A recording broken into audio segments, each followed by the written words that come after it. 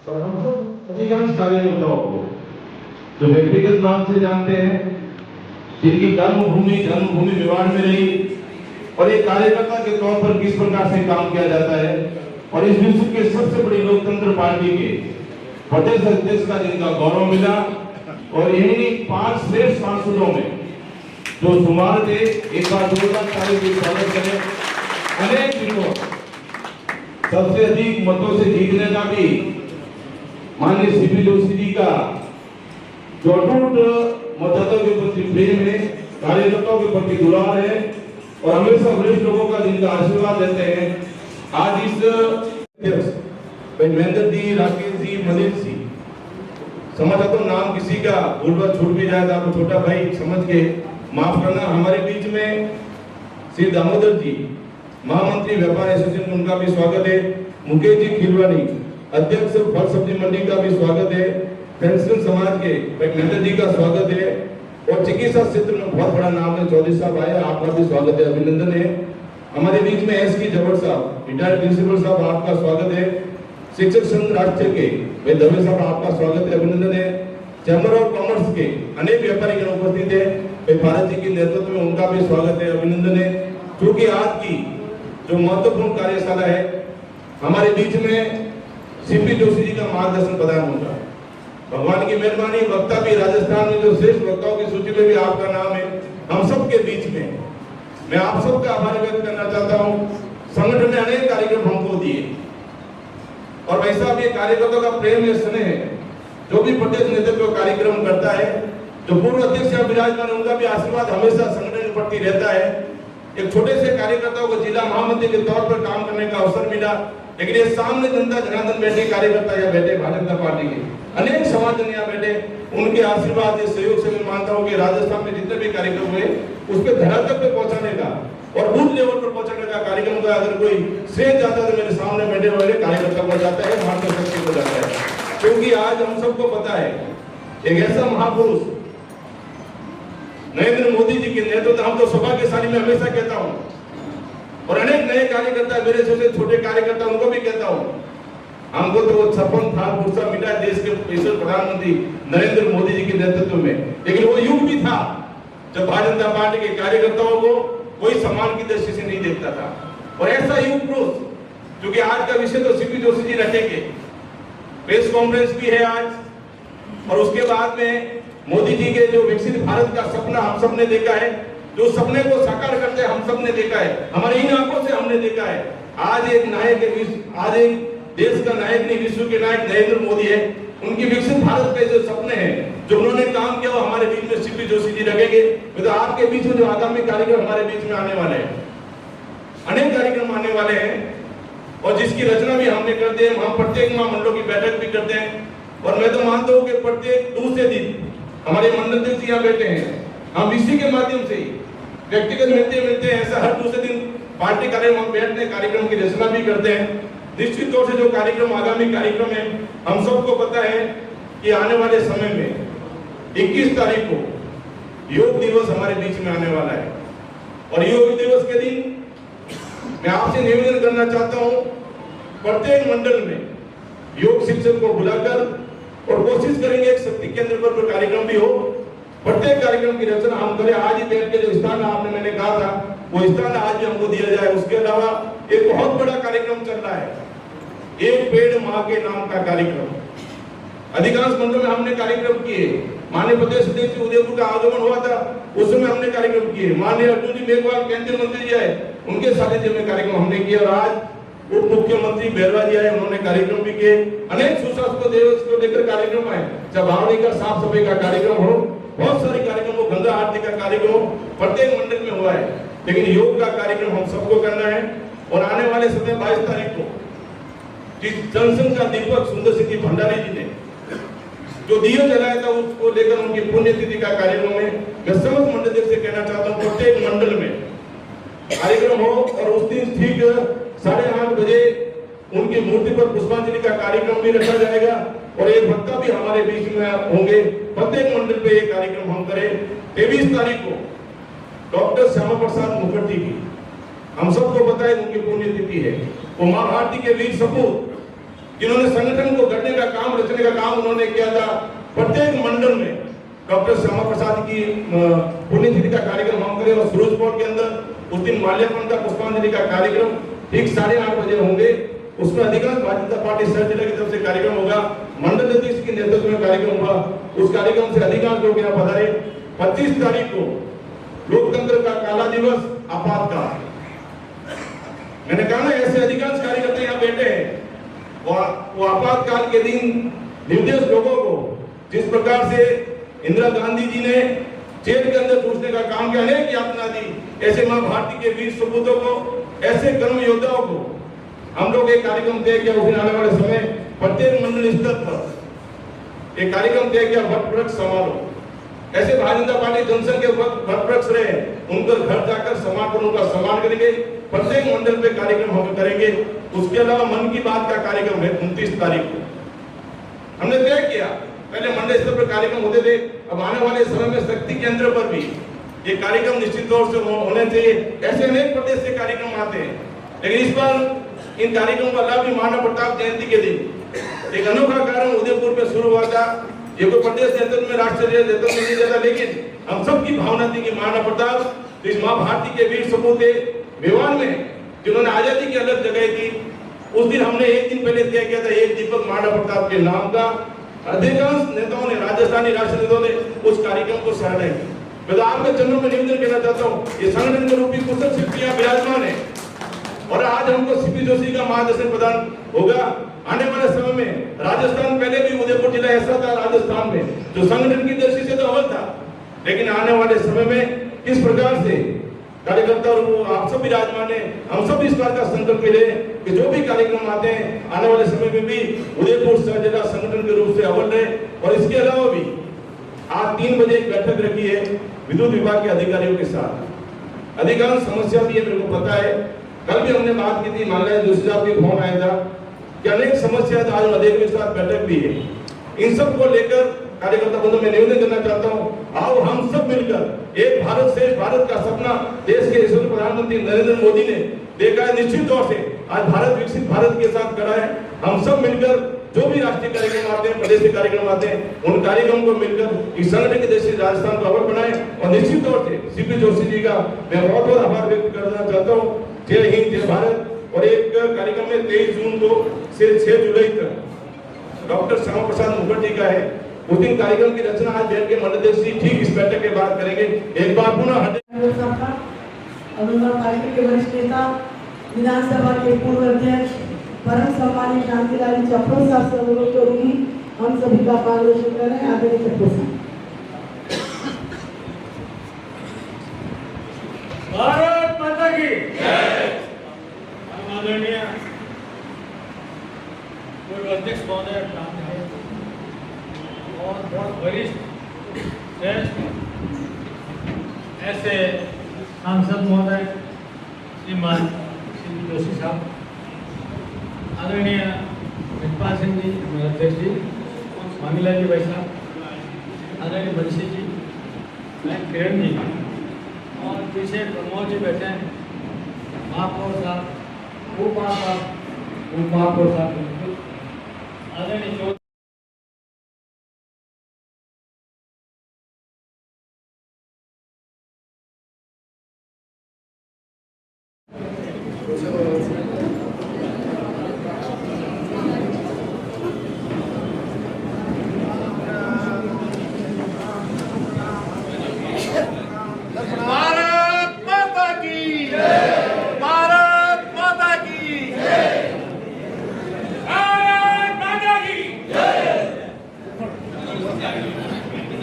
कार्यकर्ता बंधु गीत की 4 पंक्तियां दोहराएंगे, समय बहुत हो चुका है इसलिए ज्यादा नहीं। महेंद्र जी, राकेश जी, मनीष जी, समझ तो नाम किसी का भूल छूट भी जाए तो आपको छोटा भाई समझ के माफ करना। हमारे बीच में श्री दामोदर जी, महामंत्री व्यापार एसोसिएशन, उनका भी स्वागत है। मुकेश जी खिलवानी, अध्यक्ष फल सब्जी मंडी का भी स्वागत है। पेंशन समाज के महेंद्र जी का स्वागत है। और चिकित्सा क्षेत्र में बहुत बड़ा नाम है, चौधरी साहब आए, आपका भी स्वागत है, अभिनंदन है।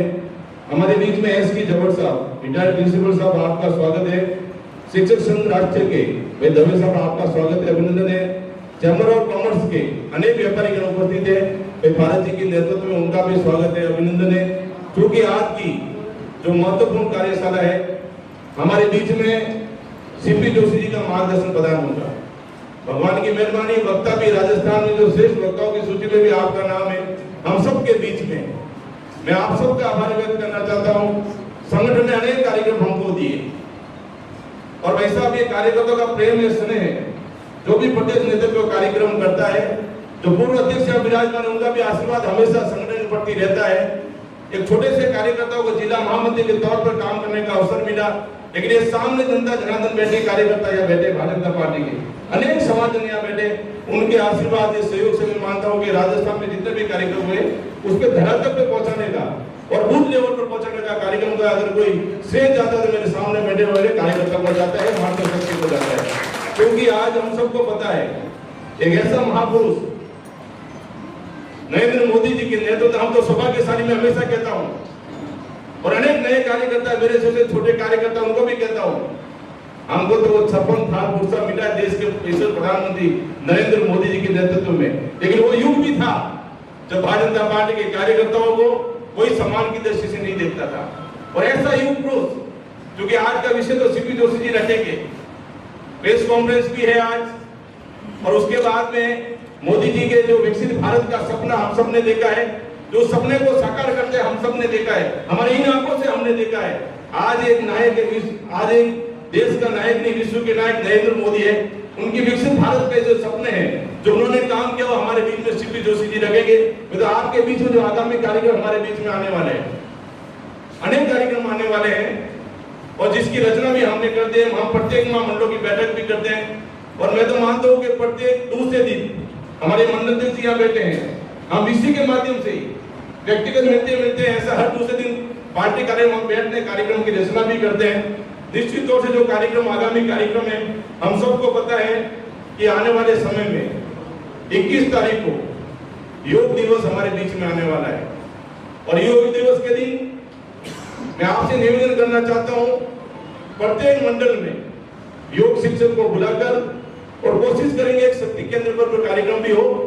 प्रत्येक कार्यक्रम की रचना हम करें। आज ही बैठ के जो स्थान आपने मैंने कहा था, वो स्थान आज भी हमको दिया जाए। उसके अलावा एक बहुत बड़ा कार्यक्रम चल रहा है, एक पेड़ मां के नाम का कार्यक्रम। अधिकांश मंडलों में हमने कार्यक्रम किए। माननीय प्रदेश अध्यक्ष उदयपुर का आगमन हुआ था, उस समय हमने कार्यक्रम किए। माननीय अर्जुन जी मेघवाल केंद्रीय मंत्री जी आए, उनके सानिध्य में कार्यक्रम हमने किया। और आज उप मुख्यमंत्री बैरवा जी आए, उन्होंने कार्यक्रम भी किए। अनेक सुशासन दिवस को लेकर कार्यक्रम आए, चाहे बावड़ी का साफ सफाई का कार्यक्रम हो, बहुत सारे कार्यक्रम हो, गंगा आरती का कार्यक्रम हो, प्रत्येक मंडल में हुआ है। लेकिन योग का कार्यक्रम हम सबको करना है। और आने वाले 22 तारीख को जिस जनसंघ का दीपक सुंदर सिंह भंडारी जी ने जो दिया जलाया था, उसको लेकर उनकी पुण्यतिथि का कार्यक्रम में मैं समस्त मंडल से कहना चाहता हूँ, प्रत्येक मंडल में कार्यक्रम हो और उस दिन ठीक 8:30 बजे उनकी मूर्ति पर पुष्पांजलि का कार्यक्रम भी रखा जाएगा और एक वक्ता भी हमारे बीच में होंगे। प्रत्येक मंडल पे ये कार्यक्रम हम करें। 23 तारीख को डॉक्टर श्यामा प्रसाद मुखर्जी की, हम सबको पता है उनकी पुण्यतिथि है। वो मां भारती के वीर सपूत, जिन्होंने संगठन को गढ़ने का काम, रचने का काम उन्होंने किया था। प्रत्येक मंडल में डॉक्टर श्यामा प्रसाद की पुण्यतिथि का कार्यक्रम हम करें और सूरजपुर के अंदर उस दिन माल्यार्पण का, पुष्पांजलि का कार्यक्रम ठीक 8:30 बजे होंगे। उसमें अधिकांश भारतीय जनता पार्टी शहर जिला की तरफ से कार्यक्रम होगा। मंडल अध्यक्ष के नेतृत्व में कार्यक्रम होगा। उस कार्यक्रम से अधिकांश लोग यहाँ पधारे। 25 तारीख को लोकतंत्र का काला दिवस, आपातकाल। मैंने कहा ना, ऐसे अधिकांश कार्यकर्ता यहाँ बैठे हैं। वो आपातकाल के दिन निर्देश लोगों को, जिस प्रकार से इंदिरा गांधी जी ने जेल के अंदर घुसने का काम किया, अनेक यातना दी, ऐसे मां भारती के वीर सपूतों को, ऐसे कर्म योद्धाओं को हम लोग एक कार्यक्रम तय किया। उस दिन आने वाले समय प्रत्येक मंडल स्तर पर एक कार्यक्रम तय किया, वट वृक्ष समारोह। ऐसे भारतीय जनता पार्टी जनसंघ के वट वृक्ष रहे, उनका घर जाकर समापन, उनका सम्मान करेंगे। प्रत्येक मंडल पे कार्यक्रम हम करेंगे। उसके अलावा मन की बात का कार्यक्रम है 29 तारीख को, हमने तय किया।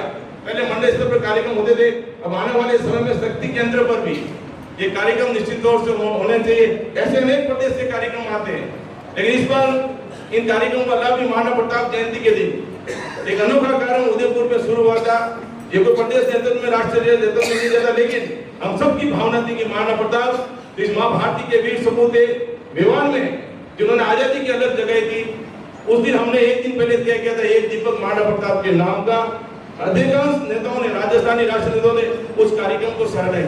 मैं तो आपके चरणों में निवेदन करना चाहता हूँ, ये संगठन के रूपी कुशल शिल्पियां विराजमान है और आज हमको सीपी जोशी का मार्गदर्शन प्रदान होगा।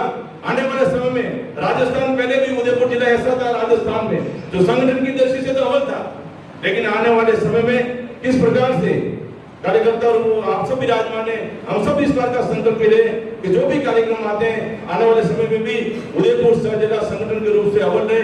और इसके अलावा भी आज 3 बजे एक बैठक रखी है विद्युत विभाग के अधिकारियों के साथ। अधिकांश समस्या भी है, मेरे को पता है। कल भी हमने बात की थी, माननीय जोशी साहब की फोन आया था कि अनेक समस्या आज मदेर के साथ बैठक भी है। इन सब को लेकर कार्यकर्ता बंधु में निवेदन करना चाहता हूँ, आओ हम सब मिलकर एक भारत श्रेष्ठ भारत का सपना देश के यशस्वी प्रधानमंत्री नरेंद्र मोदी ने देखा है। निश्चित तौर से आज भारत विकसित भारत के साथ खड़ा है। हम सब मिलकर जो भी राष्ट्रीय कार्यक्रम आते हैं, प्रदेश के कार्यक्रम आते हैं, उन कार्यक्रमों को मिलकर इस संगठन के देश राजस्थान को अव्वल बनाए। और निश्चित तौर से सीपी जोशी जी का मैं बहुत बहुत आभार व्यक्त करना चाहता हूँ। जय हिंद, जय भारत। और एक कार्यक्रम में 23 जून को से 6 जुलाई तक डॉक्टर श्यामा प्रसाद मुखर्जी का है। उस दिन कार्यक्रम की रचना आज बैठ के मंडल जी ठीक इस बैठक के बाद करेंगे। एक बार पुनः बज ही चुका है, बज ही चुका है, सरहद पर से तान का, सरहद पर से तान का, नक्शे पर से नाम मिटा दो, नक्शे पर से नाम मिटा दो, पापी पाकिस्तान का, पापी पाकिस्तान का, नक्शे पर से नाम मिटा दो, नक्शे पर से नाम मिटा दो, पापी पाकिस्तान का, पापी पाकिस्तान का, कभी इधर से कभी उधर से, कभी इधर से कभी उधर से। जोश का गीत है, कोई बोल नहीं रहा है तो मजा नहीं आएगा ना।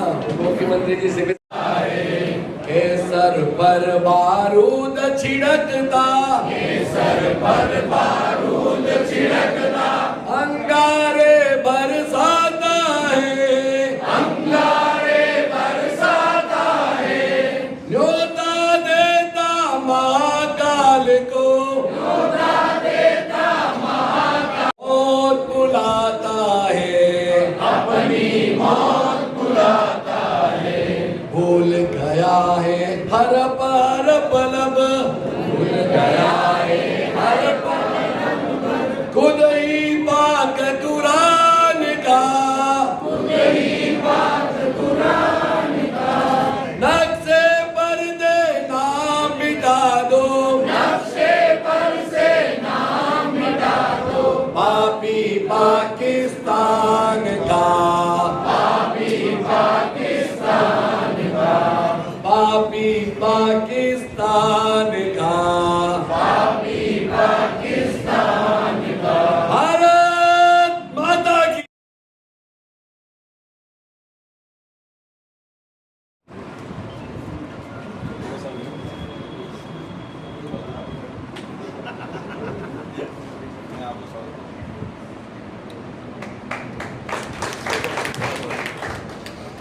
राजस्थान के संवेदनशील सांसद, राजनीति के तपस्वी, जिनके जीवन में पद नहीं कर्तव्य बोलता है, जिन्होंने राजनीति को सेवा और संवाद का माध्यम बनाया, ऐसे आदरणीय सीपी जोशी जी के पावन आगमन पर संपूर्ण कार्यकर्ता गौरवान्वित है। मैं आपको अपनी ओर से, पार्टी की ओर से उद्बोधन के लिए सादर आमंत्रित करती हूँ। आदरणीय सीपी जोशी साहब।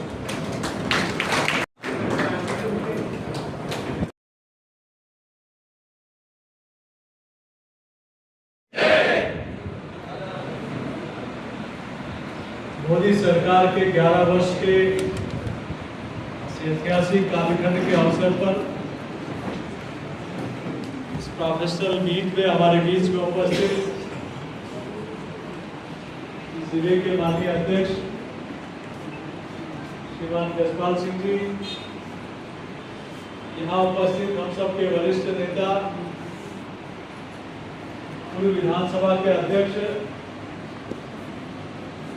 आदरणीय चक्रोश साहब, हमारे राज्यसभा के माननीय सदस्य आदरणीय चुनीलाल जी भाई साहब, विधायक आदरणीय ताराचंद जी भाई साहब, हमारे जिले के प्रभारी और पूर्व विधायक आदरणीय बंशी जी,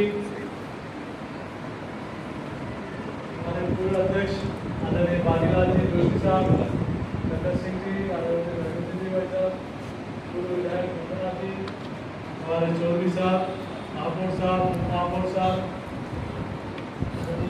साहब, यहाँ उपस्थित सभी bar association, chamber of commerce, अनेक संगठनों से पधारे हुए सभी प्रबुद्धजन, मेरे पूर्व के वक्ताओं ने श्री नरेंद्र मोदी जी के ऐतिहासिक कालखंड के ऊपर आप सबके सामने अपनी बात को रखा। इन 11 वर्षों को कुछ ही मिनटों में आपके सामने रखना एक चुनौती है। जैसे जीवन, पूरे जीवन की जीवनी को एक कागज में उकेरना, जैसा मोदी सरकार के 11 वर्षों को कुछ मिनटों में आपके सामने रखना होगा।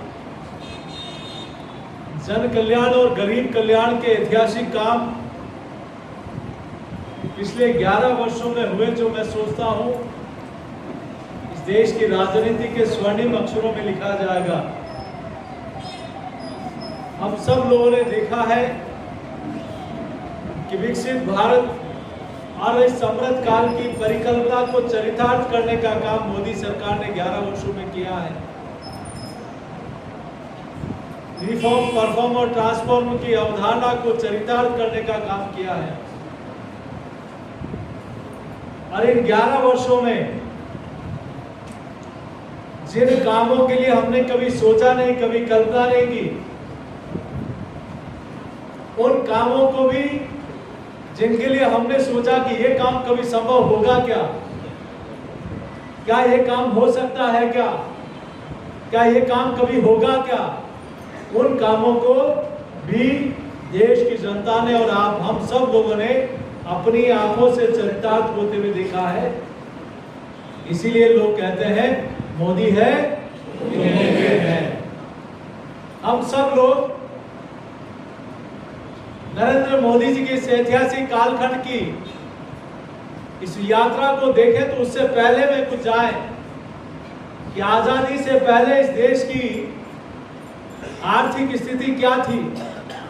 आजादी से पहले हम डिफेंस सेक्टर में कहां थे, हम आजादी से पहले शिक्षा और चिकित्सा के क्षेत्र में कहां थे। आखिर क्या कारण है कि लॉर्ड मैकाले जो चाहते थे वही शिक्षा नीति 1947 आने के बाद आजाद हिंदुस्तान ने उसी शिक्षा नीति को अपनाया, और न्यू एजुकेशन पॉलिसी आने के लिए मोदी सरकार का ही देश इंतजार कर रहा था। आखिर क्यों नहीं ये पहले आ सकी, ये हम सब लोगों के लिए सोचने का विषय है। वो भारत था जब नालंदा और तक्षशिला जैसे विश्वविद्यालय इस देश में थे, जहां दुनिया के लोग शिक्षा अर्जन करने के लिए आते थे। तो क्या कारण था कि हम लोग उन अच्छे संस्थानों को बंद करके हम विदेशों पर निर्भर हो गए। हमारी शिक्षा नीति कौशल परक नहीं रही, ज्ञान परक नहीं रही, और इसके पीछे जिम्मेदार कौन है। हम लोग डिफेंस के सेक्टर में देखें तो भारत दुनिया में कई वेपन बनाता था, दुनिया के लोग लेते थे, और आजादी के बाद हम लोग रशिया में, अमेरिका और बाकी देशों पर निर्भर हो गए। और क्या कारण रहा कि 11 सालों में मोदी सरकार आने के बाद हमारा यूपी में, तमिलनाडु में डिफेंस कॉरिडोर बनता है। आज हमारा डिफेंस एक्सपोर्ट 33% से ज्यादा बढ़ जाता है। तो इसके लिए मोदी सरकार,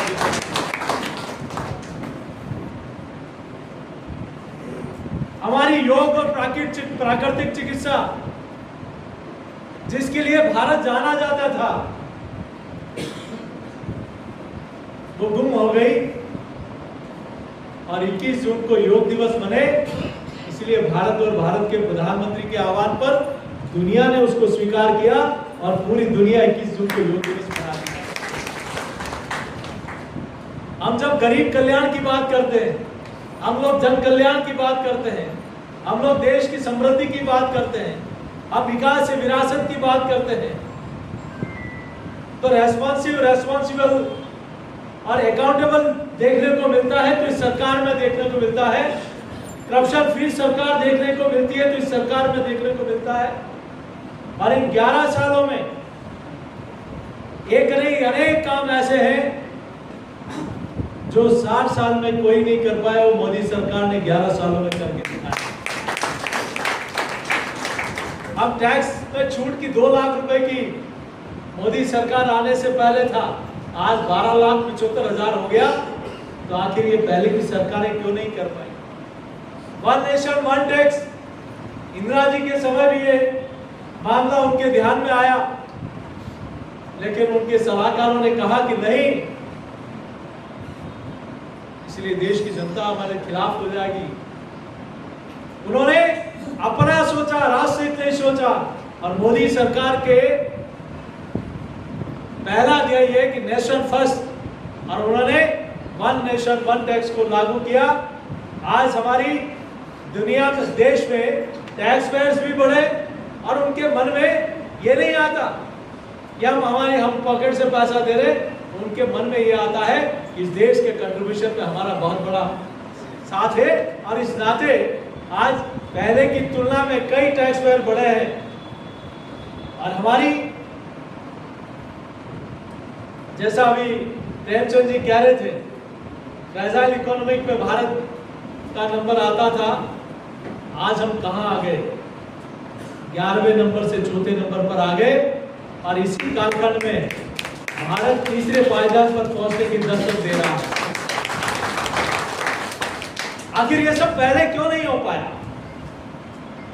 आज एमएसएमई सेक्टर में जो भारत की रीढ़ की हड्डी है, उसको किस प्रकार से इस सरकार ने एक मजबूती देने का काम किया, किस प्रकार से इनकम टैक्स में फैसलेस डिसीजन होना, अफसरशाही को समाप्त करना, कई ऐतिहासिक निर्णय जो अब तक कोई नहीं कर पाया और श्री नरेंद्र मोदी जी ने करके दिखाया। आज इसीलिए हम सब लोग कहते हैं कि सपने नहीं हकीकत बुनते हैं, इसीलिए लोग मोदी को चुनते हैं। और इसको साकार होते हुए हम लोग देख रहे हैं। मैं डिफेंस सेक्टर की बात करूं तो इन 11 वर्षों में कई काम, कई ऐतिहासिक काम एक दिन में नहीं होता। 100 से ज्यादा इक्विपमेंट ऐसे हैं जो भारत ने सोच लिया कि हम सिर्फ हिंदुस्तान में बनाएंगे और उसी का उपयोग करेंगे। आज तेजस हो, चाहे ब्रह्मोस हो, चाहे आकाशगंगा हो, ऐसे कई लड़ाकू विमान हैं जिनको लेने के लिए दुनिया लाइन में खड़ी है और वो भारत ने बनाकर तैयार किए, जिनका टेस्टेड अभी ऑपरेशन सिंदूर में हो गया और जिनको ट्रस्ट आज दुनिया कर रही है और वो लेने के लिए लाइन में खड़ी है। मित्रों, एक फर्क साफ है कि 60 साल में वो सरकार थी जो भारत को कमजोर कर रही थी, भारत के आधार को और संस्कार को समाप्त कर रही थी, हर बात पर विदेश पर निर्भर हो रहे थे। और एक ये जो सरकार है जहां 14 से पहले दुनिया कहती थी उसका अनुसरण भारत करता था, और 2014 के बाद जो सरकार है, भारत और भारत का प्रधानमंत्री जो कहता है उसको दुनिया अनुसरण करती है। एक बेसिक डिफरेंस ये आया है। हम लोग गरीब कल्याण की बात करें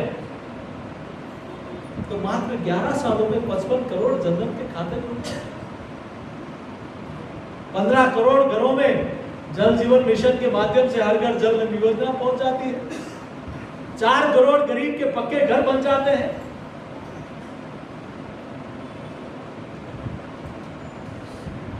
10 करोड़ उज्ज्वला के कनेक्शन मिल जाते हैं।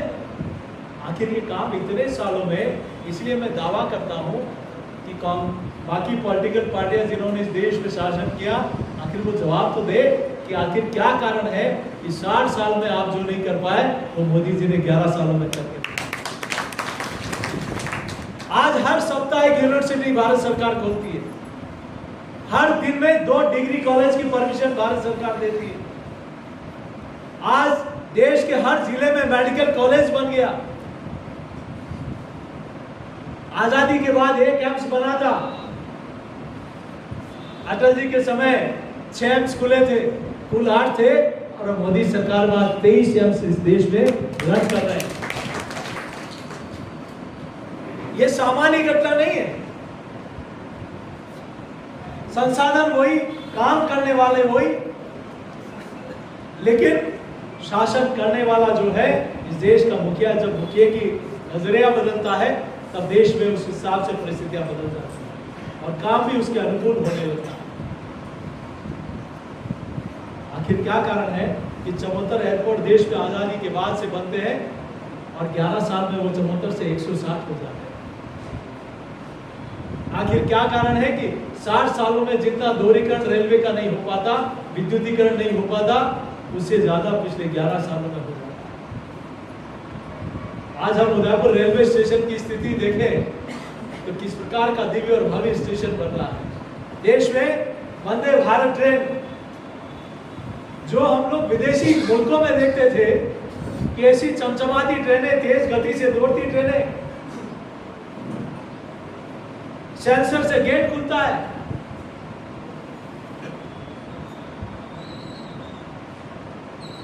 वो एक नहीं, 2 नहीं, सैकड़ों ट्रेनें आज वंदे भारत ट्रेन देश भर में सफर कर रही है। मेरा आप सब लोगों के बीच में इतनी विनती है, ये जो टोली है वो नैरेटिव बनाने वाली टोली है, जो एक व्यक्ति नहीं अनेक लोगों का नेतृत्व करने वाली टोली है। आज हम आत्मनिर्भर भारत के तहत देखें तो देश ने ऐसे कई ऐतिहासिक फैसले किए हैं जिसकी आप और हम कल्पना नहीं कर सकते। मैं एक एग्जांपल दूंगा, हो सकता है पहले भी आपके सामने कभी बात की हो कि भारत दुनिया के मंच पर कैसे मजबूत हुआ। देश में मुस्लिम राष्ट्रों का एक सम्मेलन यूएई में होता है। डॉक्टर मनमोहन सिंह जो प्रधानमंत्री थे उस समय मणिशंकर वहां के देश, उस समय सरकार में विदेश मंत्री हुआ करते थे। भारत को वहां बुलाया गया, लेकिन पाकिस्तान ने उसका विरोध दर्ज कराया कि भारत अगर इस मीटिंग में आया तो हम लोग इस मीटिंग में भाग नहीं लेंगे, बहिष्कार कर देंगे। दबाव में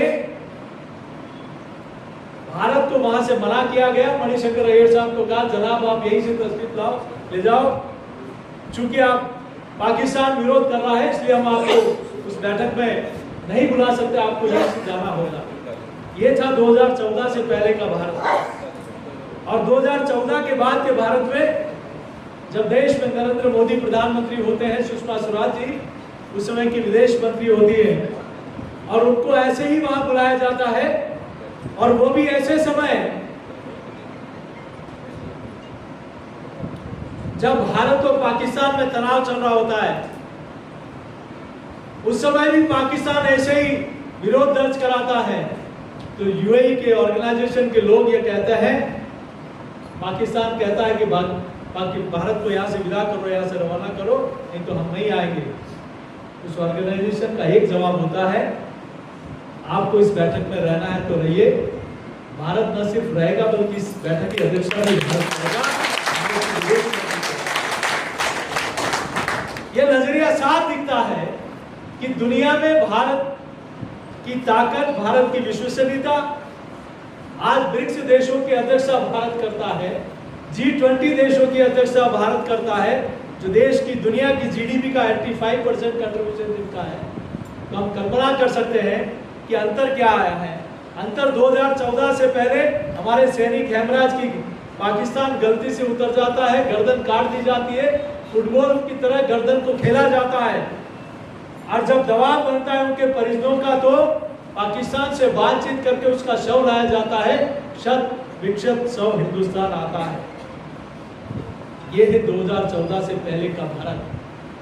2014 के बाद जब कैप्टन अभिनंदन गलती से पाकिस्तान की धरती पर उतर जाते हैं, उनको गिरफ्तार कर लिया जाता है। दिल्ली से एक फोन जाता है कि 24 घंटे में कैप्टन अभिनंदन हिंदुस्तान की सरहद में सुरक्षित नहीं आया तो दुनिया से पाकिस्तान का नामो निशान मिट जाएगा। यह है 2014 के बाद का भारत।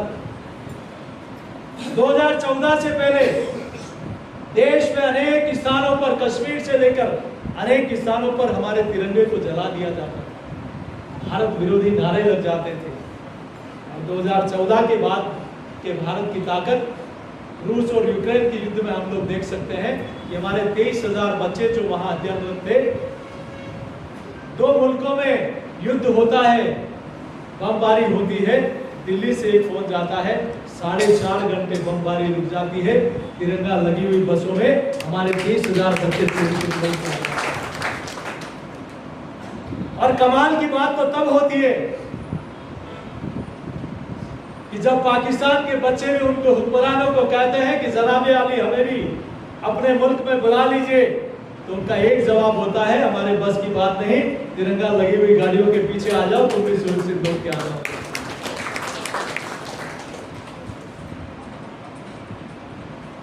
ये बदलता हुआ भारत। इसीलिए लोग कहते हैं कि आज मोदी जी के बनने के बाद सिर्फ विकास नहीं, विरासत के क्षेत्र में भी हम लोग, आज गुजरात में गगनचुंबी सरदार पटेल की प्रतिमा आप और हम सब लोग देख रहे हैं। दिल्ली के इंडिया गेट पर जॉर्ज पंजम की एक फिरंगी की प्रतिमा लगी हुई थी, वहां नेताजी सुभाष चंद्र बोस की प्रतिमा लगी है। राष्ट्रपति भवन में मुगल गार्डन हुआ करता था, आज वो अमृत वाटिका कहलाती है। एनएस विक्रांत जहाज पर जिस फाइटर प्लेन का ऑपरेशन सिंदूर में आप सब लोगों ने जिक्र सुना होगा, जहां फाइटर प्लेन उतर जाता है, एनएस विक्रांत पर फाइटर प्लेन टेक ऑफ हो जाता है, वहां आजादी के इतने वर्षों के बाद से तिरंगी झंडा लगा हुआ था, आज भगवा पताका फहरा रही है। यह है बदलता हुआ। हम लोगों ने पहले भी देखा है कि देश में कितने टेररिज्म अटैक हुए, लेकिन 2014 से पहले दिल्ली का एक ही जवाब होता था, बहुत हो गया, भारत बर्दाश्त नहीं करेगा, इससे ज्यादा कुछ नहीं हुआ। और 2014 के बाद में जब देश में टेररिज्म पर लगाम लगी, आतंकवादियों पर लगाम लगी,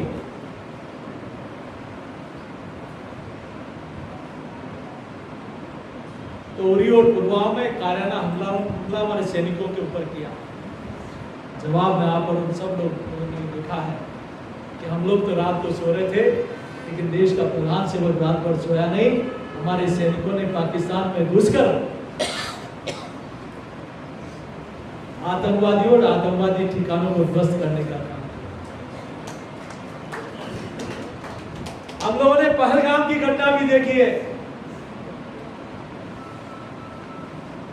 उन्होंने छुपकर मारा, हमने उनके घर में घुसकर मारा। उन्होंने हमारी बहनों का सिंदूर उजाड़ा, हमने ऑपरेशन सिंदूर के तहत उनके पाकिस्तान के आतंकवादी ठिकानों को उजाड़ने का काम किया।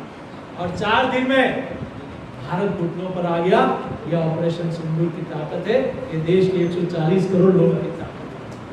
आज प्रधानमंत्री जी कोई भी काम करते हैं तो सिर्फ यही कहते हैं कि मैंने नहीं किया, कि मैंने 140 करोड़ लोगों के सहयोग से किया। मैं आपके बीच में कई बातें घंटों तक आपके बीच में कर सकता हूं मोदी सरकार की कल्याणकारी योजनाओं के बारे में, लेकिन मित्रों, आज देश 11 वर्षों के कालखंड में कुछ लोग हैं, पार्टिकल लोग, हम लोग कई बार कांग्रेस वाले जब यहाँ स्टेट में सरकार थी तो वो कहते थे कि हमें दिल्ली से पैसा नहीं मिल रहा, जबकि स्टेट टैक्स वैल्यूएशन में 283% भारत सरकार ने उनको बढ़ाने का काम किया। जो पहले मिलता था उसका 283% बढ़ाया, लेकिन फिर भी इनको पेट में तकलीफ। लेकिन एक बात जरूर हम लोगों ने मीडिया और सोशल मीडिया में बार बार कहने की बोलने की आवश्यकता है। जब देश में बांग्लादेश तो अलग किया। जब देश में इंदिरा जी प्रधानमंत्री हो, चाहे नेहरू जी प्रधानमंत्री हो, चाहे कोई भी हो, देश हित में कोई भी निर्णय हुआ, उस समय भारतीय जनता पार्टी के लीडर अपोजिशन जो भी थे, उन्होंने उस समय देश हित में सरकारों का सहयोग किया। लेकिन आज कांग्रेस पार्टी और कांग्रेस पार्टी के नेता देश और दुनिया के किसी मंच पर जाते हैं तो भारत और भारत की सेना को नीचा दिखाने का काम। मैंने एक दिन ऐसे ही लोकसभा अध्यक्ष जी को पत्र लिखा तो कांग्रेस पार्टी बिलबिला उठी।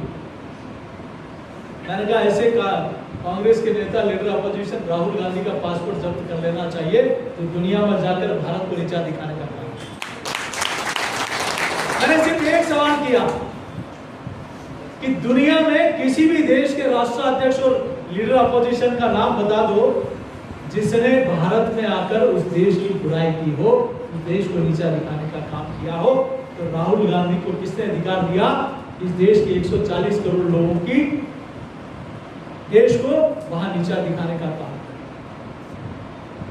मेरा आप सब लोगों के बीच में इतना ही निवेदन है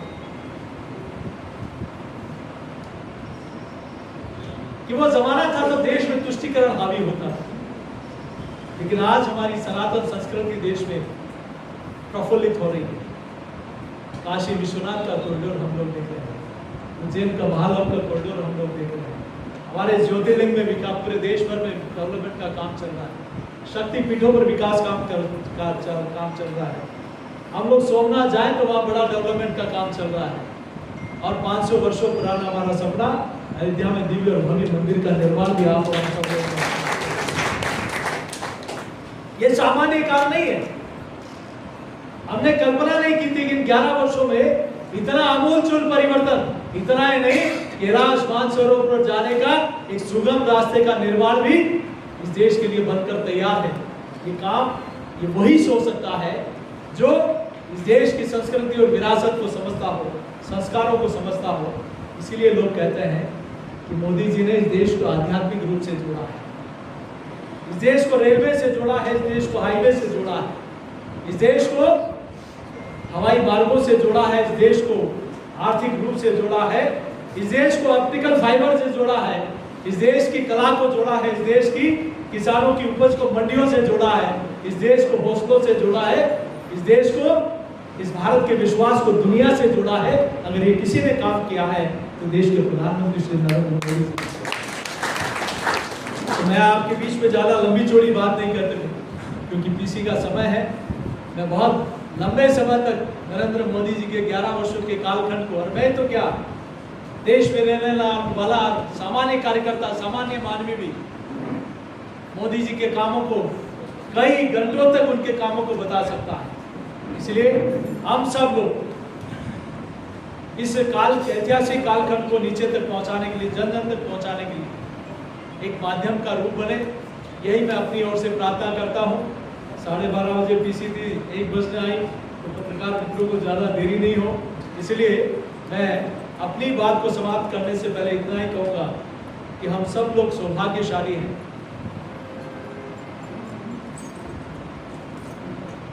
कि हम बदलते हुए भारत को देख रहे हैं। हम सब लोग सौभाग्यशाली हैं एक सशक्त भारत को देख रहे हैं। हम सब लोग सौभाग्यशाली हैं एक समृद्ध भारत को देख रहे हैं। हम सब लोग सौभाग्यशाली हैं एक स्वस्थ भारत को देख रहे हैं।